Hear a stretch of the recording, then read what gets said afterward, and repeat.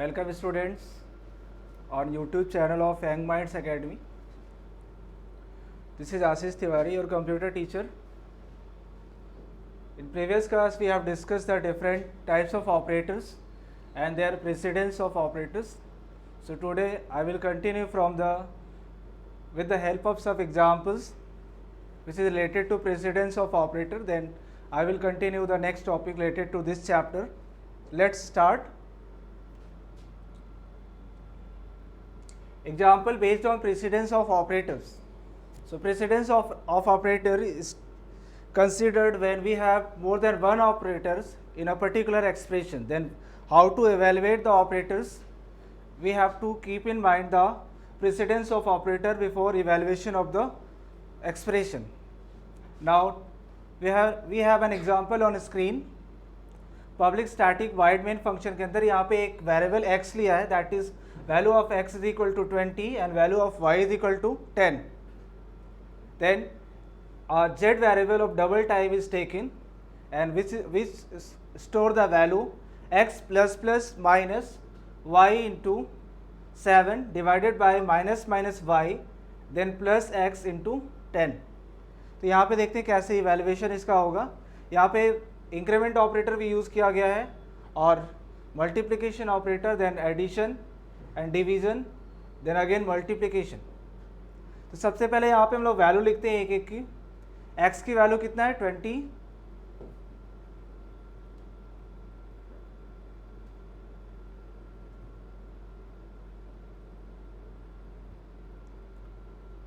Value of x is equal to 20 and value of y is equal to 10. Plus plus x की value क्या होगी, increase नहीं होगी पहले क्योंकि ये पोस्ट इंक्रीमेंट फॉर्म में लिखा है. तो यहाँ पे क्या यूज होगा 10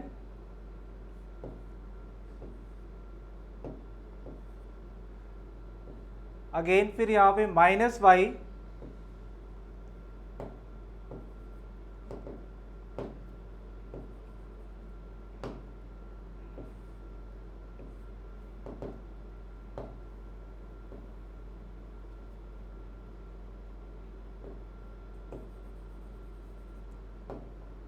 टेन, फिर माइनस y की वैल्यू एज इट इज लिखा जाएगा. y की वैल्यू कितना है 10, then into 7 divide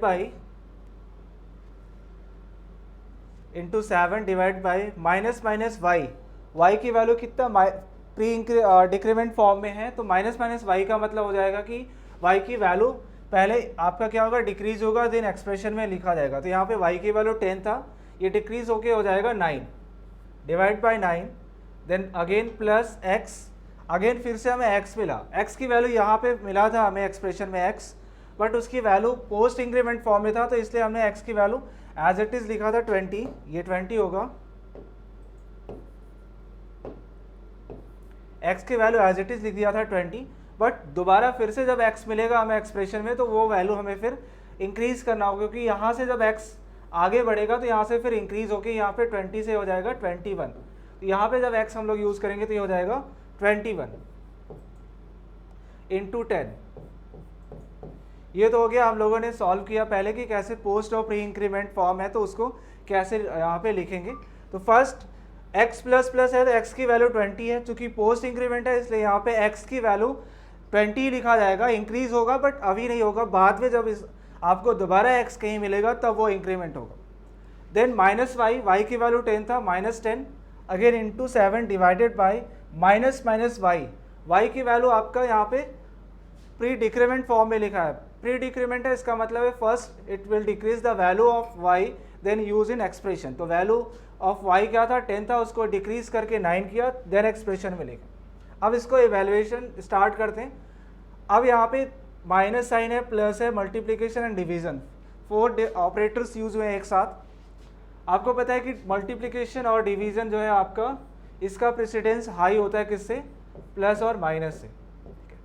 but multiplication और डिवीजन दोनों एक साथ यूज़ किया गया तो यहाँ पे एसोसिएटिविटी रूल यूज़ करेंगे. तो फर्स्ट हम लोग इवेल्युएशन स्टार्ट करते हैं. एसोसिएटिविटी रूल के अकॉर्डिंग लेफ्ट टू राइट चलेगा. ठीक, तो यहाँ पे 20 minus 10 into 7 that is 70 divided by 9 plus 20 into 10 is equal to 210। अब यहाँ पे फिर से 70 डिवाइड बाई 9 पहले वैल्यूएट होगा, 20 माइनस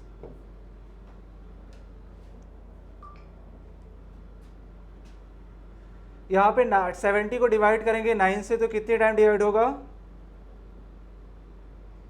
7 टाइम। ठीक है, बाकी का रिमाइंडर आएगा। तो ये चूंकि क्वोशिएंट ऑपरेटर है तो ये केवल क्वोशिएंट देगा। Then again plus 210। अब यहाँ पे 210 और 7 ये मिलके हो जाएगा 227। 20 माइनस 220 217।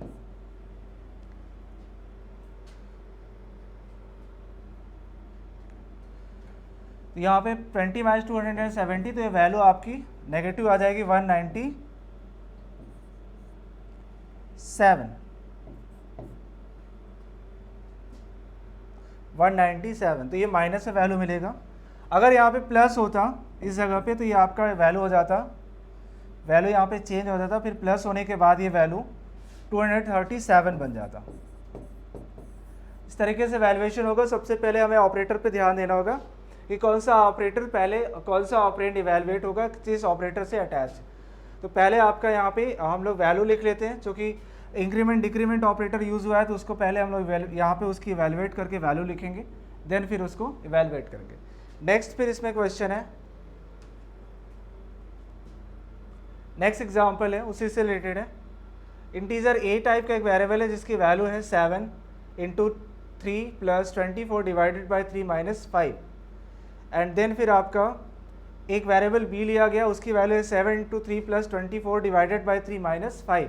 ठीक है, इसको इवैल्यूएट करने के लिए क्या करेंगे, यहाँ पे इंक्रीमेंट डिक्रीमेंट ऑपरेटर नहीं यूज़ किया गया, सिंपल मैथमेटिकल ऑपरेटर्स यूज हुए।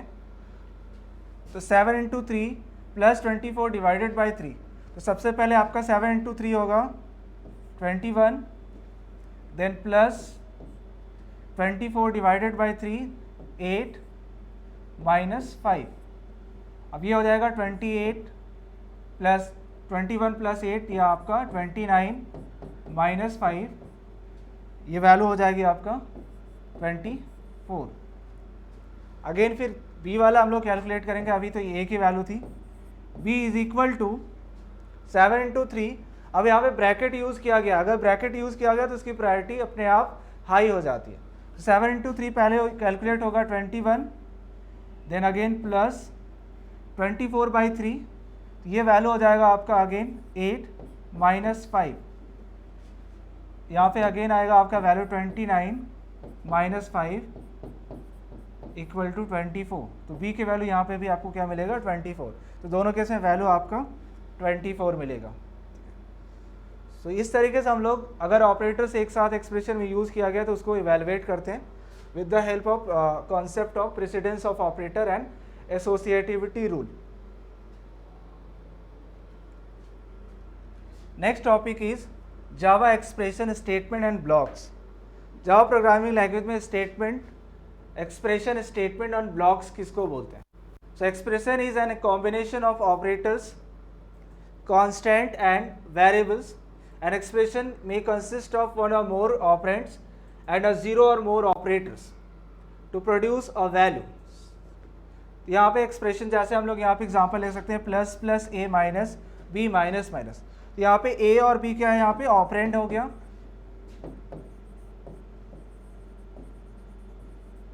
और यहाँ पे माइनस आपका क्या है ऑपरेटर। यहाँ पे आपका ये भी एक एक्सप्रेशन है, सम फंक्शन को सिंपली कॉल किया गया यहाँ पे, तो ये भी आपका क्या है एक एक्सप्रेशन की तरह ट्रीट करेगा। अब यहाँ पे कोई ऑपरेटर नहीं यूज़ किया गया, तो it can be simply operator, constant and variables. An expression में consist of one or more operands और zero or more operator to produce a result. अब इससे भी एक रिजल्ट प्रोड्यूस होगा। अगर ए और बी की हम कोई वैल्यू लेकर चलते हैं तो ए और बी की वैल्यू इवेलुएट होने के बाद कोई ना कोई रिजल्ट देगा। ऐसे ही सम फंक्शन को जब कॉल किया गया तो सम फंक्शन की डेफिनेशन के अकॉर्डिंग जो भी इसका डेफिनेशन दिया गया होगा, अभी आप फंक्शन आगे पढ़ेंगे तो उसके अकॉर्डिंग ये फंक्शन वर्क करेगा और एक रिजल्ट प्रोड्यूस करेगा। तो एक्सप्रेशन में सिंपली क्या होता है, ऑपरेंड में क्या कांस्टेंट हो सकता है, वेरिएबल दोनों हो सकते हैं, तो operand can be both variable and constant.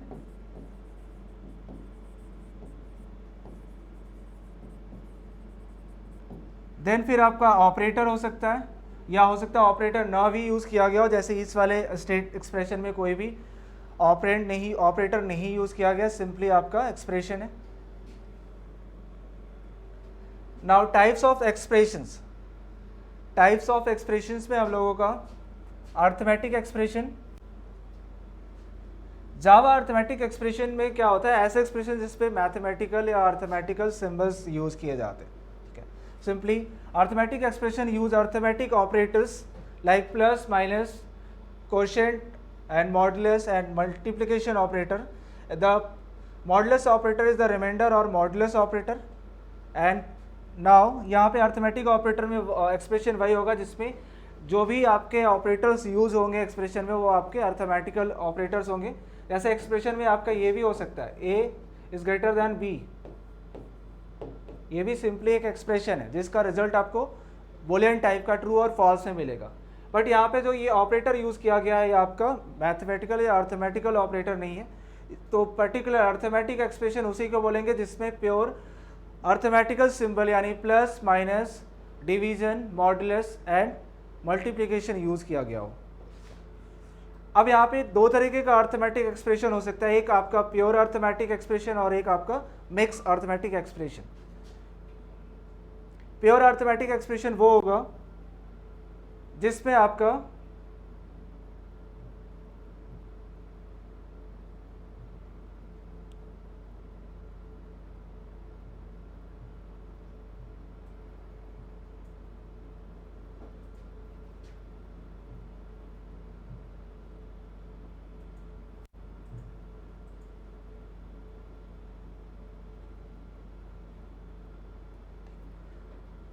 Pure arithmetic expressions वो होंगे जिसमें जितने भी सिंबल हम लोग यूज़ करेंगे वो आपका अर्थमेटिक एक्सप्रेशन से रिलेटेड हो, यानी कि पर्टिकुलर एक ही कैटेगरी का सिंबल यूज़ हुआ हो, ठीक है। Operand of the same type, यहाँ पे दोनों ऑपरेंड ए और बी किस टाइप का है, इंटीजर टाइप का है, ठीक है। ए और बी दोनों को हमने क्या लिया, इंटीजर टाइप के लिया। तो ऐसा अर्थमेटिक एक्सप्रेशन जिसमें दोनों ऑपरेंड्स या वेरिएबल्स या कांस्टेंट जो भी हो सकता है वो एक ही टाइप का, उसका डेटा टाइप सेम हो, जैसे यहाँ पे इंटीजर टाइप का ए और बी दोनों लिया गया, तो ऐसे एक्सप्रेशन को हम लोग क्या, अर्थमेटिक एक्सप्रेशन को हम लोग प्योर अर्थमेटिक एक्सप्रेशन बोलेंगे। यहाँ पे कोई भी टाइप कन्वर्जन की नीड नहीं होती है, जब प्योर अर्थमेटिक एक्सप्रेशन यूज़ करते हैं तो टाइप कन्वर्जन नहीं होता है। आगे आप अभी पढ़ेंगे टाइप कन्वर्जन, एक्सप्लिसिट और implicit type convergence. And mix arithmetic expression contains both int and float operands, int, float, byte, short, long, double, different type का जो आपने अर्थमेटिकल पढ़ा हुआ है, डेटा टाइप पढ़ा हुआ है, वो सब यूज़ होते हैं, ठीक है।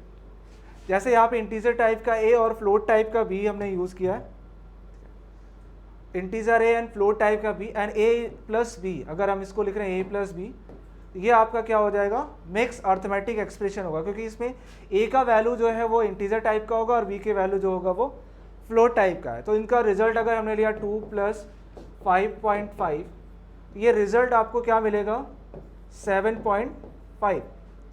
क्योंकि ये जो जब हम लोग मिक्स अर्थमेटिक एक्सप्रेशन यूज़ करते हैं तो उसमें जो ऑपरेंड आपका ज़्यादा हायर टाइप का होता है, हायर डेटा टाइप का, जैसे आपका फ्लोट है, तो उसी के अकॉर्डिंग दूसरा वाला भी वेरिएबल या ऑपरेंड की वैल्यू चेंज हो जाती है, उसको टाइप प्रमोशन बोलते हैं। तो यहाँ पे 2 जो हो जाएगा वो इस तरीके से लिखा जाएगा,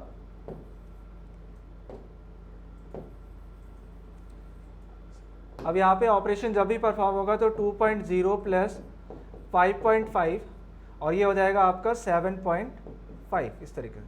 तो यहाँ पे 2 का क्या हुआ, टाइप प्रमोशन, भले वैल्यू में एक्चुअली कोई इफेक्ट नहीं पड़ा, 2.0 या 2 एक ही है, बट ये हो गया कि ये आपका फ्लोटिंग पॉइंट वैल्यू हो गई। Next is type of expressions में हम लोग नेक्स्ट है बुलियन एक्सप्रेशन। बुलियन एक्सप्रेशन का मतलब, बुलियन टाइप हम लोग वहाँ पे यूज़ करते हैं जहाँ पे रिजल्ट आपका ट्रू या फॉल्स में मिलता है। तो ऐसा एक्सप्रेशन जिसका रिजल्ट या जिसका एवेल्युएशन हमेशा ट्रू या फॉल्स में ही मिलता है, that expression is called Boolean expression. So evaluation of expression that results into true or false are called Boolean expression. For example जैसे यहाँ पे एक वेरिएबल या इंटीजर टाइप का a, वैल्यू उसकी 20 है, और इंटीजर टाइप का एक दूसरा वेरिएबल लिया है b और उसकी वैल्यू है 10. Now boolean c is equal to a divided by b, a is greater than b, then true और फॉल्स. अब यहाँ पे एक वेरिएबल लिया गया है c जिसका टाइप क्या है, बुलियन टाइप का है. अब यहाँ पे एक एक्सप्रेशन लिखा गया, ये पूरा इतना आपको देखेंगे, ये पूरा का पूरा आपका एक्सप्रेशन नहीं होगा, ये पूरा स्टेटमेंट हो जाएगा. अगर हम इक्वल साइन के राइट हैंड साइड या लेफ्ट हैंड साइड जितना लिखा है उसी को एक्सप्रेशन बोलेंगे. तो इक्वल साइन के राइट हैंड साइड अगर हम इतना देखेंगे तो ये आपका एक्सप्रेशन है. अगर इसको हम लोग अलग से लिखते हैं a is greater than b, आपने टर्नरी ऑपरेटर पढ़ा था तो टर्नरी ऑपरेटर के एग्जाम्पल में ये एक्सप्रेशन मिला होगा, a is greater than b, then आपका ट्रू, अदरवाइज फिर फॉल्स. तो a is greater than b.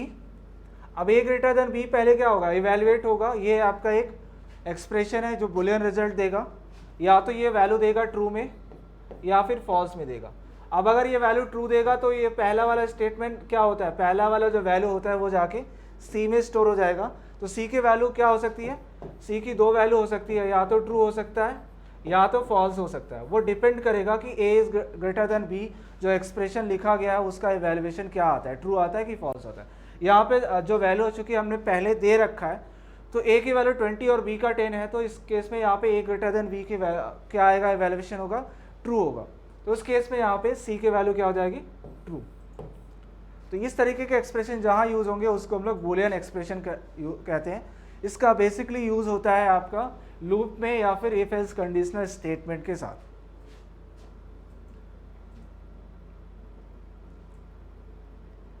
Next is statement. Expression के बाद हम लोग पढ़ते हैं next topic statement. So Java statement are instruction that tell the compiler what to do. A basic statement like an assignment statement assign a value to a variable. तो बहुत type के statement हम लोग पढ़ते हैं, जैसे अभी तक जितना भी एग्जाम्पल पढ़ा तो उस पर अगर कंप्लीट हम इक्वल साइन के साथ लेफ्ट और राइट हैंड साइड उसके जो भी लिखा है उसको कंप्लीट अगर हम कंसीडर करें तो उसको हम स्टेटमेंट बोलेंगे. ठीक है, जो कंपाइलर को बताता है या इंस्ट्रक्ट करता है कि क्या करना है. सिंपल सा स्टेटमेंट जो हम लोग बहुत फ्रिक्वेंटली यूज़ करते हैं that is assignment statement. Simply हम लोग यूज़ करते हैं integer a is equal to 5, a is equal to 5. ठीक है, तो यहाँ पे integer a is equal to sign then 5, इसको कंप्लीटली हम लोग बोलेंगे तो ये आपका असाइनमेंट स्टेटमेंट होता है. Assignment statement double entry fees is equal to 15.75, ये आपका एक असाइनमेंट स्टेटमेंट है. तो असाइनमेंट स्टेटमेंट क्या करता है, it assign a value to a variable. ठीक है, वेरिएबल को वैल्यू असाइन करता है. यहाँ पे ये जो वैल्यू है 5 वो असाइन होता है वेरिएबल a को, और वेरिएबल a का टाइप पहले डिक्लेयर कर दिया जाता है. नेक्स्ट फिर आपका इसमें हम लोग पढ़ते हैं types of statements. There are different types of statement, expression statement, control and assignment statement.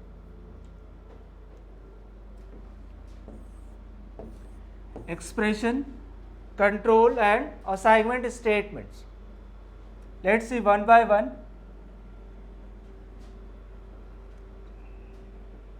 फिर हम लोग का एक्सप्रेशन स्टेटमेंट में सिंपली जो हम लोग स्टेटमेंट यूज़ करते हैं एक्सप्रेशन स्टेटमेंट में, यहाँ पे जैसे a plus b c is equal to a plus b, ये आपका सिंपल एक्सप्रेशन स्टेटमेंट है जिसमें एक्सप्रेशन की वैल्यू को किसी पर्टिकुलर वेरिएबल को असाइन किया जाता है.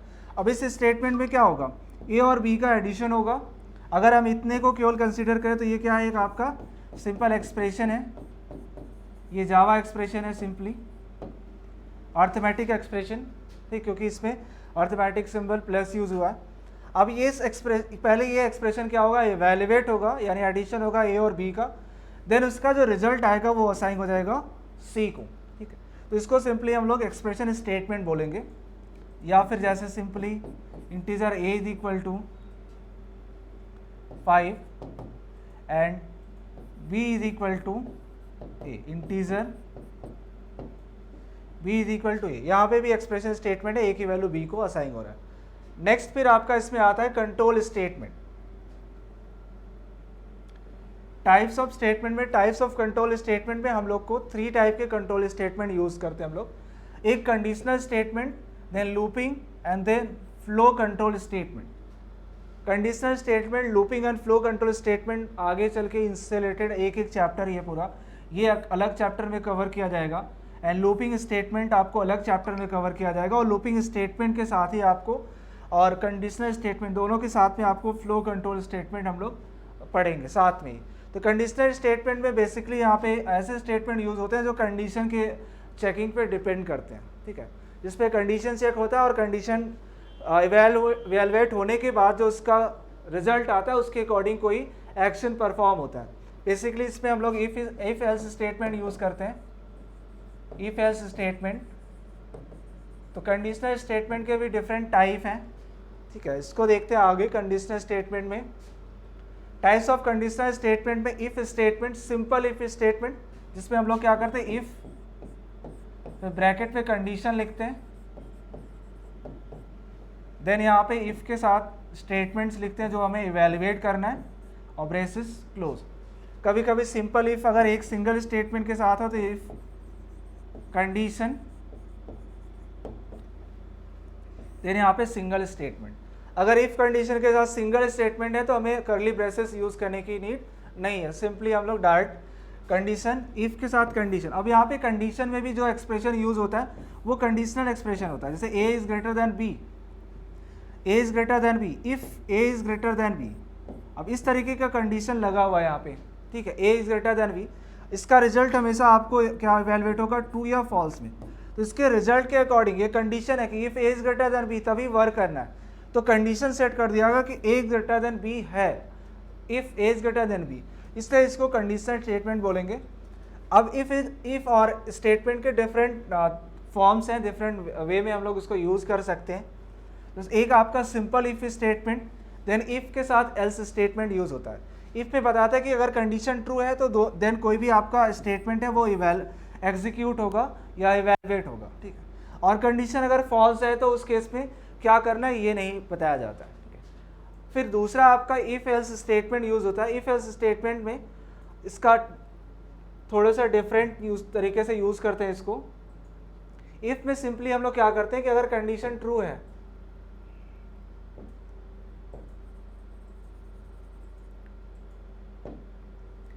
इफ के साथ अगर यहाँ पे कंडीशन लगाते हैं और कंडीशन ट्रू होने पे बाद कोई ना कोई स्टेटमेंट होता है इसके साथ जो अटैच होता है, या इसके एक से ज़्यादा स्टेटमेंट होगा तो फिर उसको हम लोग ब्रेसेस लगा के ब्लॉक में कन्वर्ट कर देते हैं, या सिंगल स्टेटमेंट है तो विदाउट ब्रेसेस हम लोग लिखते हैं, तो वो स्टेटमेंट एग्जीक्यूट होता है तभी जब condition given inside the if statement evaluates true, ठीक। अगर ये फॉल्स होता है तो फिर क्या करना है, ऐसा कुछ भी स्टेटमेंट नहीं लिखा जाता। इसको इस ड्रॉबैक को एक तरीके से ओवरकम करने के लिए दूसरा स्टेटमेंट इसके साथ यूज होता है, इफ एल्स स्टेटमेंट। अब यहाँ पे इफ के साथ एल्स यूज जब करते हैं तो इफ कंडीशन ट्रू हो रहा है तो क्या करना है, और कंडीशन अगर फॉल्स हो रहा है, एल्स की कंडीशन वो होती है जब कंडीशन इफ में जो लिखा गया वो फॉल्स हो जाता है। उस केस में क्या परफॉर्म करना है, क्या एक्शन लेना है, क्या स्टेटमेंट एग्जीक्यूट करना है, वो एल्स में लिखा जाता है। तो फॉर एग्जाम्पल यहाँ पे हम लोग इसका स्ट्रक्चर देखते हैं, सिंटैक्स। इफ कंडीशन, इफ के साथ कंडीशन लिखेंगे, देन यहाँ पे स्टेटमेंट और स्टेटमेंट्स यहाँ पे ब्रेसेस क्लोज, अगेन फिर एल्स लिखेंगे, और एल्स के साथ कोई कंडीशन नहीं लिखा जाता, एल्स में कंडीशन चेक नहीं होता। एल्स तभी एग्जीक्यूट होगा जब इफ का कंडीशन क्या होगा, फॉल्स होता है। एल्स में फिर हम यहाँ पे स्टेटमेंट लिखते हैं, स्टेटमेंट और स्टेटमेंट्स। और ये सिंपल एक एग्जांपल से देखते हैं, जैसे यहाँ पे if A is greater than 9, यहाँ पे सिंपली हम प्रिंट करा सकते हैं 2 डिजिट नंबर,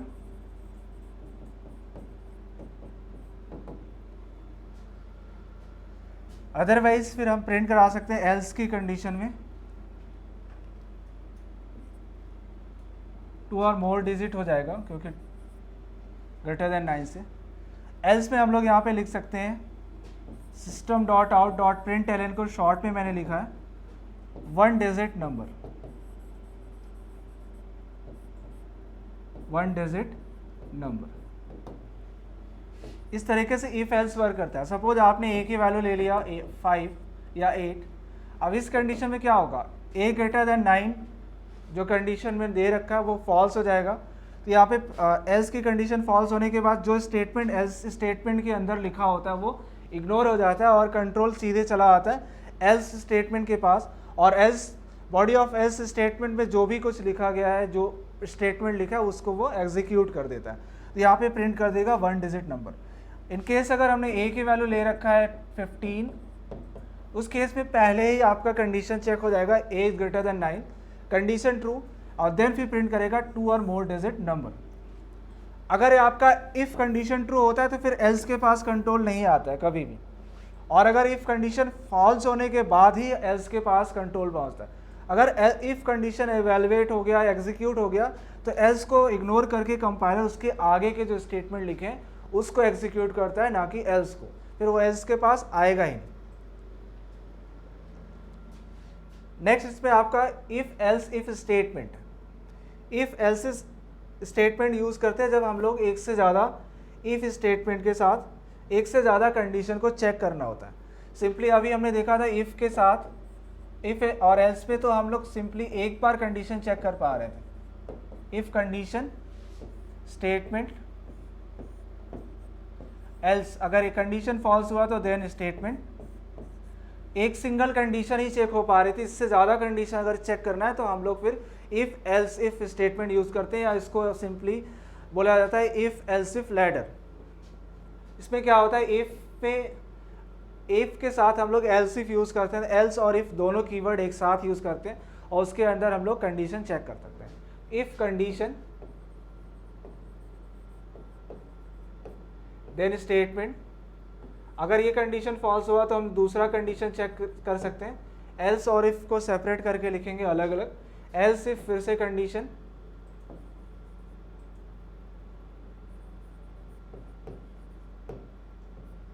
और फिर यहाँ स्टेटमेंट, फिर again else if condition. So we can use any number of else if statement between if and else statement। if और else के बीच में यहाँ पे कितने भी else if statement यूज किया जा सकता है।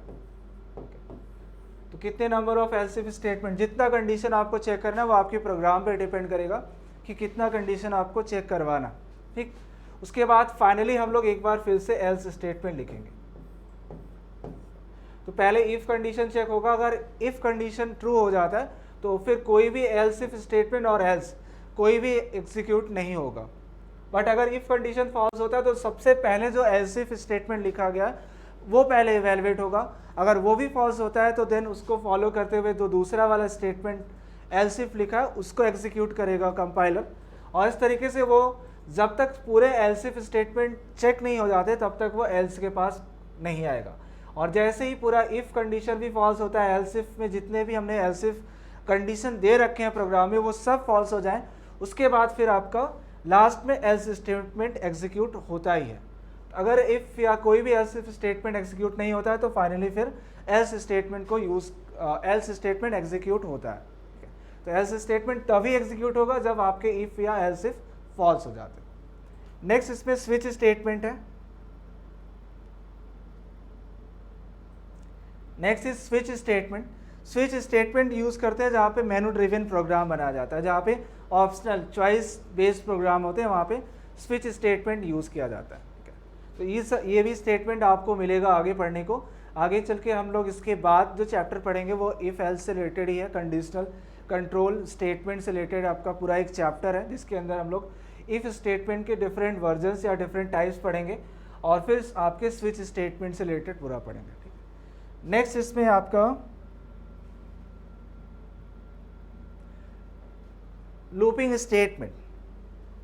सो कंडीशनल स्टेटमेंट में नेक्स्ट आपका आता है लूपिंग स्टेटमेंट। लूपिंग स्टेटमेंट का पर्पस क्या है कि it is use to execute a particular statement और set of statements more than one time without writing it again and again. किसी पर्टिकुलर स्टेटमेंट को अगर एक से ज़्यादा बार एग्जीक्यूट करना है, और या तो तरीका होता है सिंपली अगर हमें बार बार हेलो प्रिंट कराना है तो हम लोग जितनी बार प्रिंट कराना है हेलो उतनी बार प्रिंट स्टेटमेंट के साथ हेलो लिखेंगे। अदरवाइज हमको सिंपली अगर एक बार ही लिखकर और बार बार प्रिंट कराना है तो उसके लिए हमारे पास एक टेक्निक है प्रोग्रामिंग में, उसको हम लोग बोलते हैं लूपिंग स्टेटमेंट। तो लूपिंग का पर्पज़ क्या होता है? It is use to print और एग्जीक्यूट द पर्टिकुलर स्टेटमेंट और set of statements more than one time and और मोर देन वन टाइम और स्पेसिफाइड नंबर ऑफ टाइम्स। तो ये डिपेंड करता है कि यूज़र उसको कितनी बार एग्जीक्यूट कराना चाहता है, उसके अकॉर्डिंग ये एग्जीक्यूट होगा। लूपिंग स्टेटमेंट में we have 3 types of looping statement, for loop, while and do while loop. Example से देखते हैं फॉर लूप का। Syntax for for loop,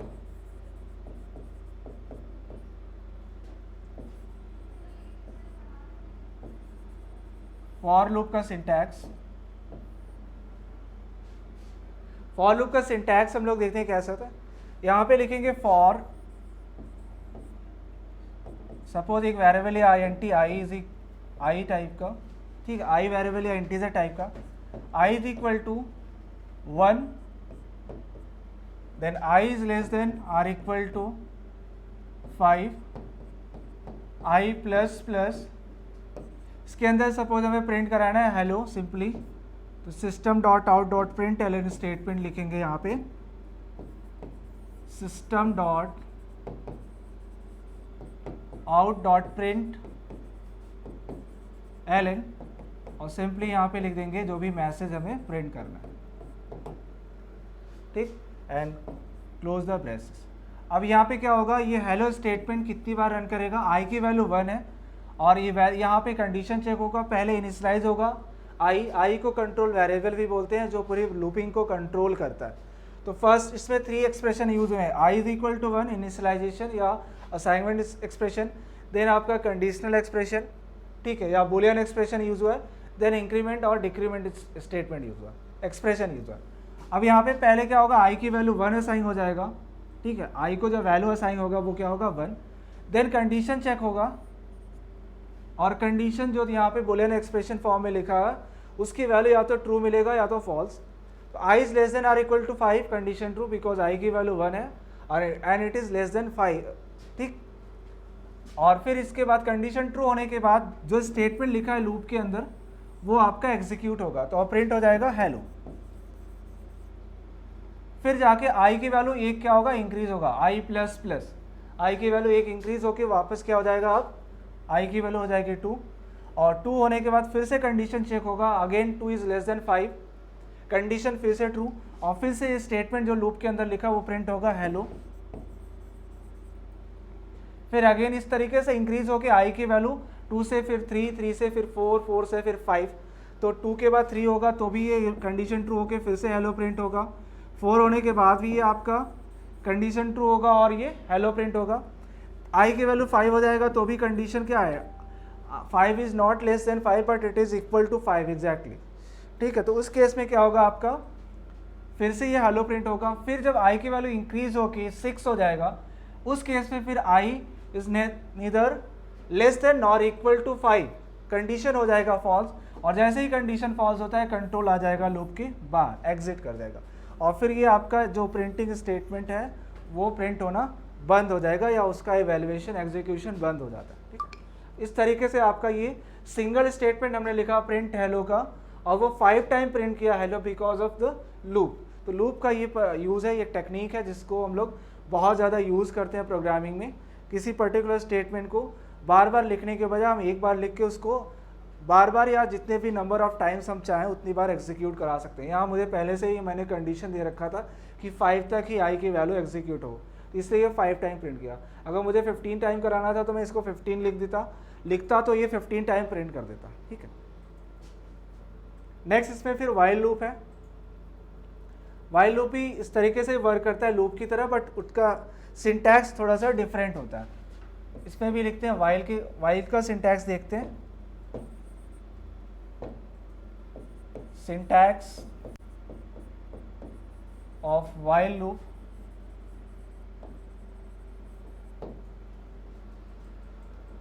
first of all declare and initialize a variable, let it be I is equal to 2 while I is less than or equal to 6 यहाँ पे print होगा, again हम वही print करा रहे हैं, hello system dot out dot print Elon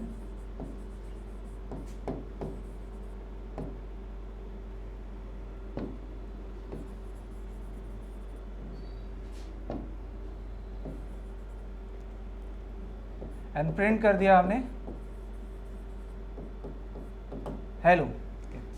अब यहाँ पे i is equal to i plus 1 लिखे या i प्लस प्लस सिंपली लिखे, i plus plus.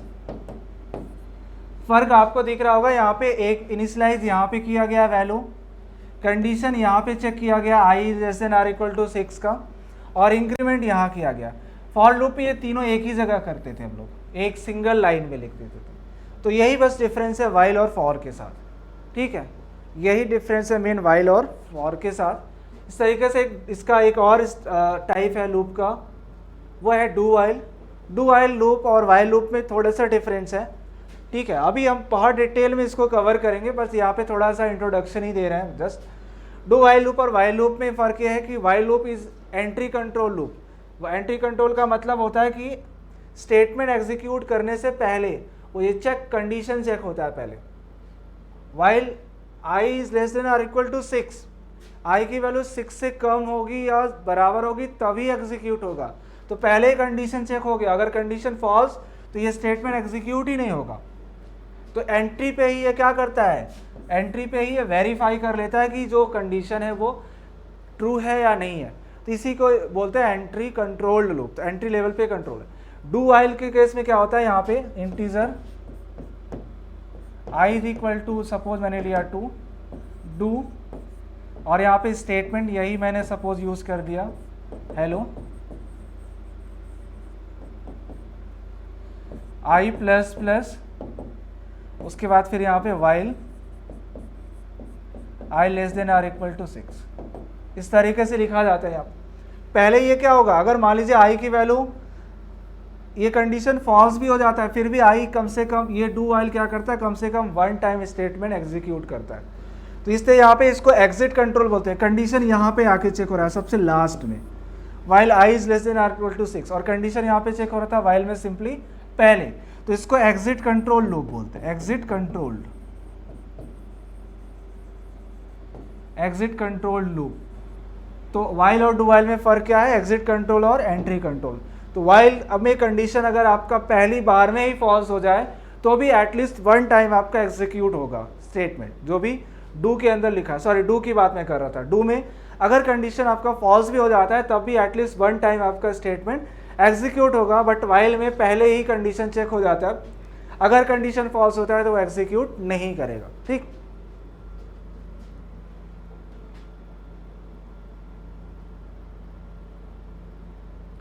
Now types of flow control statement. Conditional statement में फ्लो कंट्रोल स्टेटमेंट हम लोग बोला था। फ्लो का मतलब होता है कि प्रोग्राम एग्जीक्यूशन का जो एक एग्जीक्यूशन का जो फ्लो है, यानी top to bottom and approach है यूज़ करते हैं जो जनरली। तो फ्लो कंट्रोल जो है आपका यूज़ होता है। यहाँ पे हमने बताया था कि top to bottom approach Java use नहीं करता because of object oriented programming, ठीक है। Because of object oriented programming के साथ साथ इसमें क्या है, ये फ्लो कंट्रोल स्टेटमेंट भी इसमें आपका रोल प्ले करते हैं।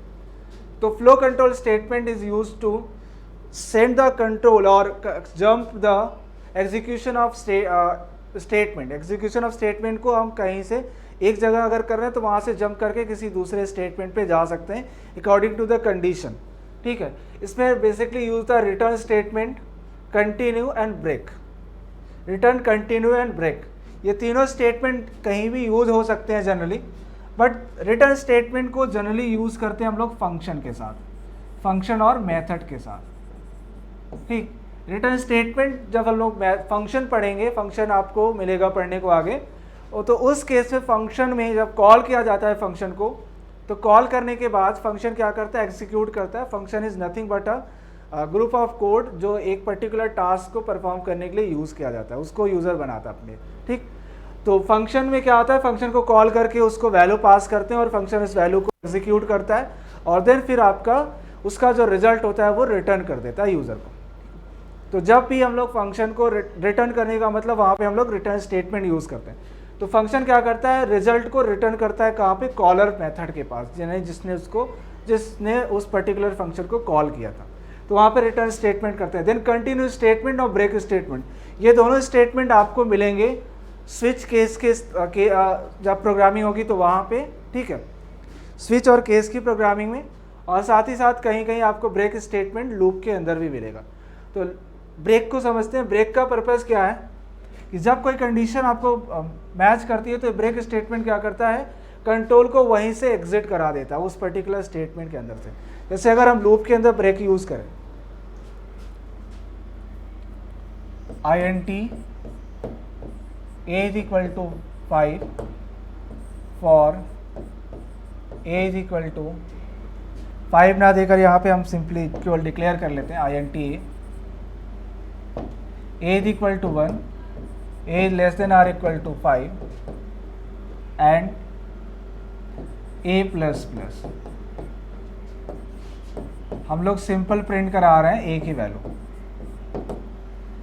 और a को प्रिंट कराना है। सपोज आपको प्रिंट कराना है 1 से लेकर 1 2 3 4 5, बट आपको बीच में 3 को स्किप कर देना है, 3 को नहीं प्रिंट कराना है, ठीक है।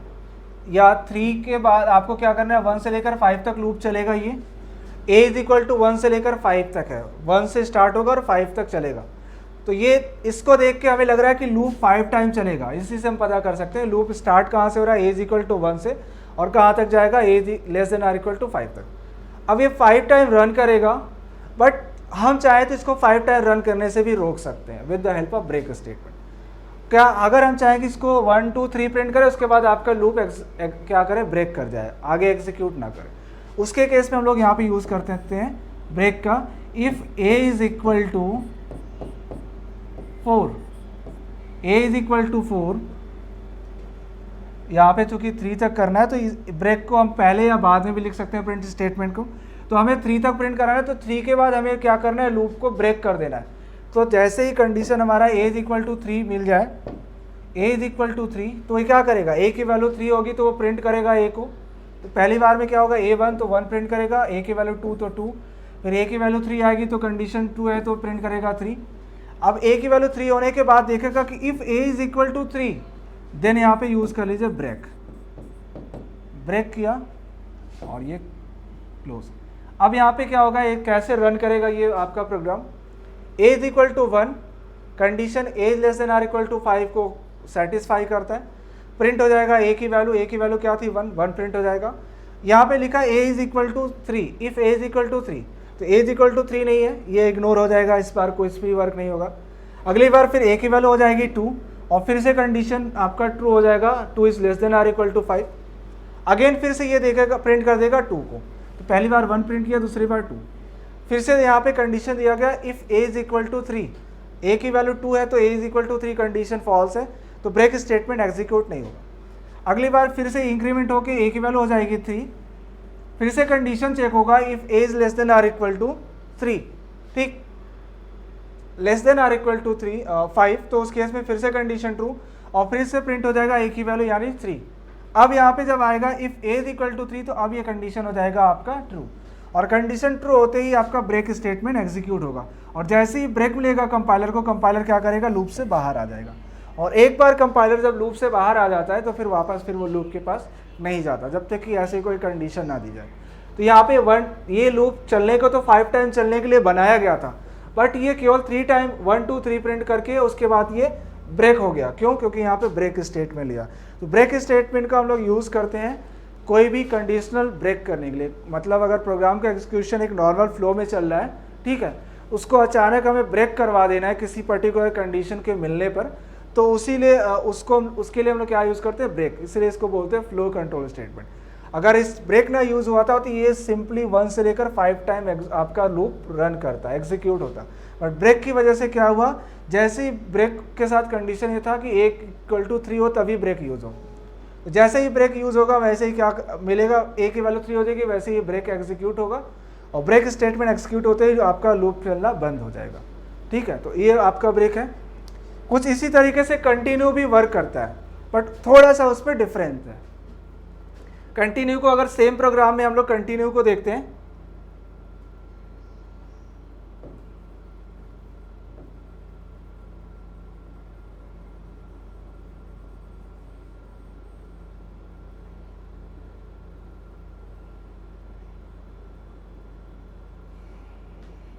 ठीक, कंटिन्यूस स्टेटमेंट को हम लोग, ठीक, सपोज अगर आपको ये प्रिंट कराना है 1 से लेकर 5 तक और आप चाहते हैं कि बीच में जब 3 मिल जाए 3 को स्किप कर जाए, 3 को क्या हो, स्किप हो, 3 ना प्रिंट हो, 1 2 प्रिंट हो, फिर 4 और 5। सिंपली लूप क्या करेगा, लूप अगर हम लोग इसको भी ना कंसीडर ना करें कि हम इफ स्टेटमेंट लगाए, तो ये लूप सिंपली क्या करेगा, 1 से लेकर 5 टाइम चलेगा और प्रिंट क्या कर रहा है, ए का मतलब वही कंट्रोल वेरिएबल को हमने प्रिंट भी कराया, तो 1 से लेकर 5 तक ये क्या करेगा, प्रिंट करेगा। जनरली 1 से लेकर 5 तक क्या करेगा, प्रिंट करेगा। ठीक, हम चाहते हैं कि यहाँ पे 3 प्रिंट ना कर, 3 स्किप कर जाए, 3 ना प्रिंट करे, 1 करे, 2 करे, देन 3 स्किप करके 4 और 5 करे। तो उस केस में हम लोग यहाँ पे कंटिन्यू स्टेटमेंट को यूज़ कर सकते हैं। कंटिन्यू स्टेटमेंट कहाँ पे यूज़ करेंगे हम लोग, या तो प्रिंट से पहले यूज़ करते हैं या प्रिंट के बाद, वो आपको लॉजिक के ऊपर डिपेंड करता है। ठीक है, अब यहाँ पे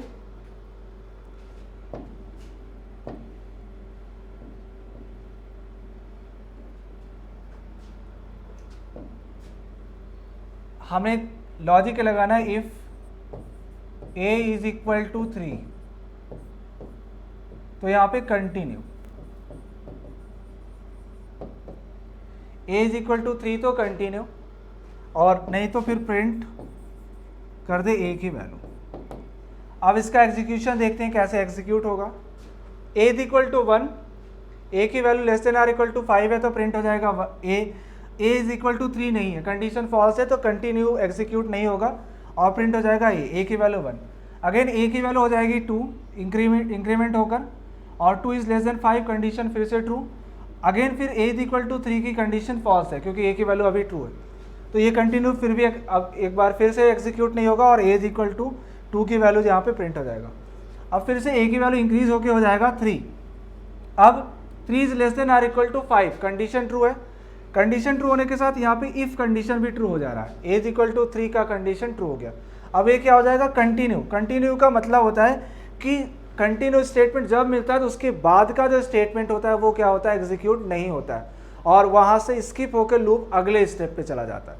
तो यहाँ पे क्या होगा, बिना a को प्रिंट किए क्या हो जाएगा, कंटिन्यू हो जाएगा, और कंटिन्यू होगा मतलब वो इंक्रीमेंट पे आ जाएगा, और a इज इक्वल टू 3 होते ही वो बिना प्रिंट किए a को आ जाएगा फिर यहाँ पे a प्लस प्लस पे, और a की वैल्यू अब हो जाएगी 4, और 4 इज नॉट इक्वल टू 3, और अब की बार फिर से प्रिंट हो जाएगा क्या आपका 4, फिर ये 5 होगा और 5 प्रिंट हो जाएगा, तो 4 और 5 जैसे ही 3 मिलेगा वैसे ही कंटिन्यू। कंटिन्यू होने का मतलब ये वाला स्टेटमेंट स्किप हो जाएगा, ये वाला स्टेटमेंट क्या होगा, स्किप होगा। कब होगा, जब a इज इक्वल टू 3 होगा, और जब ये स्टेटमेंट 3 होने पे स्किप होगा तो 3 प्रिंट नहीं होगा।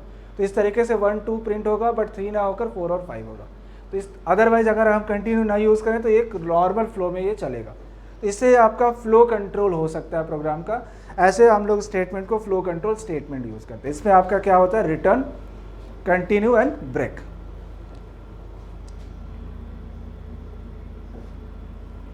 टाइप ऑफ स्टेटमेंट में हम लोग और स्टेटमेंट है declarative and assignment statement.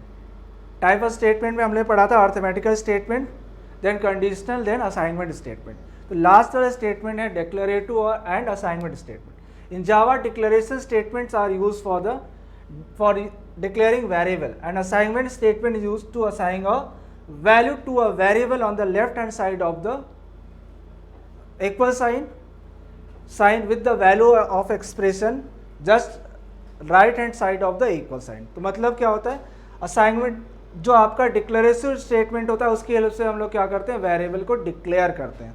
Simply जैसे हम लोग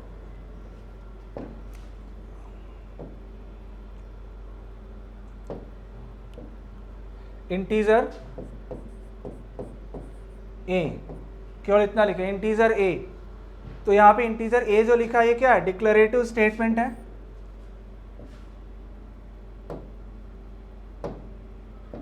ठीक है, इंटीजर a क्या है आपका, डिक्लेरेटिव स्टेटमेंट है। बस इसने क्या किया, वेरिएबल को डिक्लेयर कर दिया। तो जो वेरिएबल को डिक्लेयर करने वाला स्टेटमेंट होता है उसको डिक्लेरेटिव स्टेटमेंट। देन फिर आपका assignment statement, a is equal to 2, a को पहले हमने डिक्लेयर कर लिया था, अब यहाँ पे हमने a को क्या दिया, वैल्यू दे दिया 2।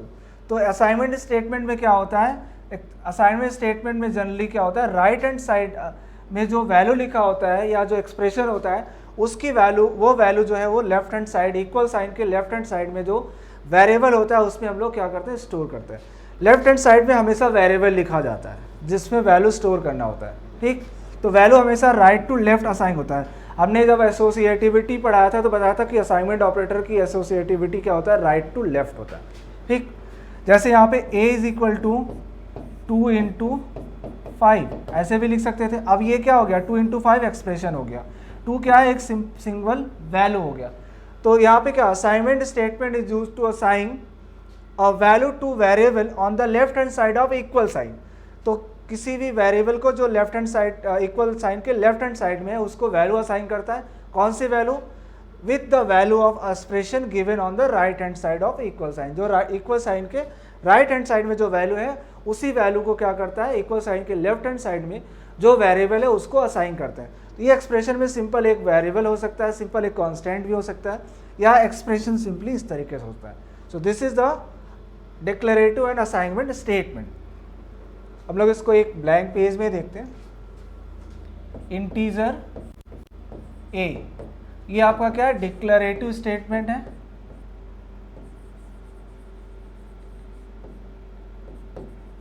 स्टेटमेंट और a is equal to 5, this is called assignment statement.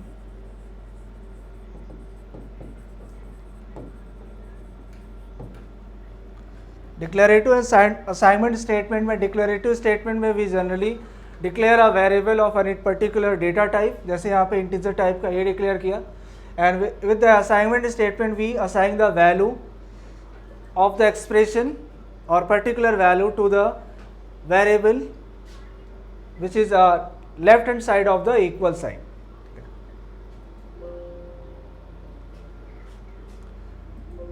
Next statement is block statement.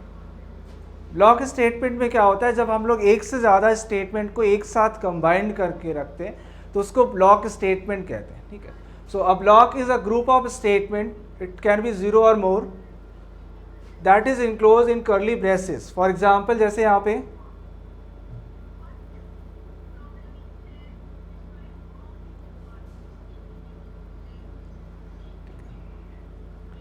Class एक बनाया ब्लॉक, ठीक है।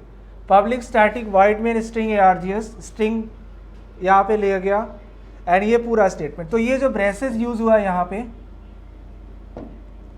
ये ब्रेसेस, और जहाँ पे क्लास एंड हो रहा है, क्लास एंड कहाँ पे हो रहा है, यहाँ पे जाके, उसके बीच में जितना स्टेटमेंट लिखा जाता है। तो जब भी कोई भी स्टेटमेंट हम लोग ब्रेसेस के अंदर लिखते हैं तो इसको हम लोग ब्लॉक स्टेटमेंट बोलते हैं।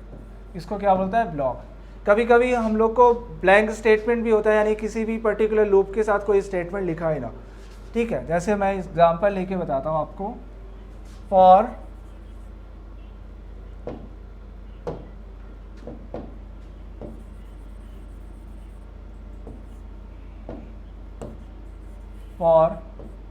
i is equal to 1,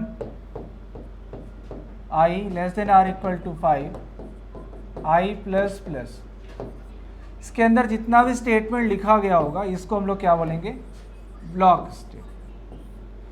अब ये ब्लॉक स्टेटमेंट में आपका declarative, assignment statement, Boolean statement या कंडीशनल स्टेटमेंट कुछ भी हो सकता है। तो एक से ज़्यादा स्टेटमेंट को जब हम एक साथ कर्ली ब्रेसेस के अंदर लिख देते हैं उसको ब्लॉक स्टेटमेंट। हो सकता है कि किसी लूप के साथ कोई स्टेटमेंट ही ना लिखा गया हो, ठीक है। फॉर स्टेटमेंट यूज हुआ और ब्लॉक के साथ ये ब्लैंक रख दिया गया, कोई स्टेटमेंट नहीं यूज किया गया, simply blank. It to block statement can contain 0 और मोर स्टेटमेंट्स, और ये सभी स्टेटमेंट मिलके, ब्लॉक इसलिए भी बोला जाता है कि ये सभी मिलके एक सिंगल पर्पस के लिए वर्क करते हैं, इसलिए इसको ब्लॉक स्टेटमेंट बोला जाता है।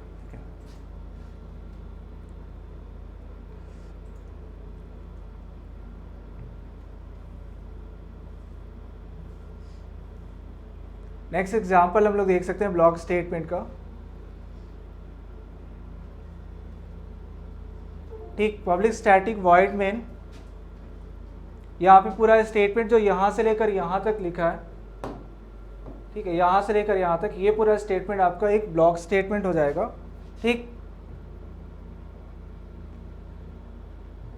तो आज की क्लास यहाँ तक। नेक्स्ट क्लास में हम लोग स्कैनर क्लास पढ़ेंगे और उसके डिफरेंट फंक्शन, कैसे स्कैनर क्लास का ऑब्जेक्ट क्रिएट करते हैं और कैसे डिफरेंट फंक्शन का यूज़ करके डिफरेंट टाइप की वैल्यू को हम लोग इनपुट कराते हैं। तो आज की क्लास आपकी यहीं पे एंड होती है। Good day.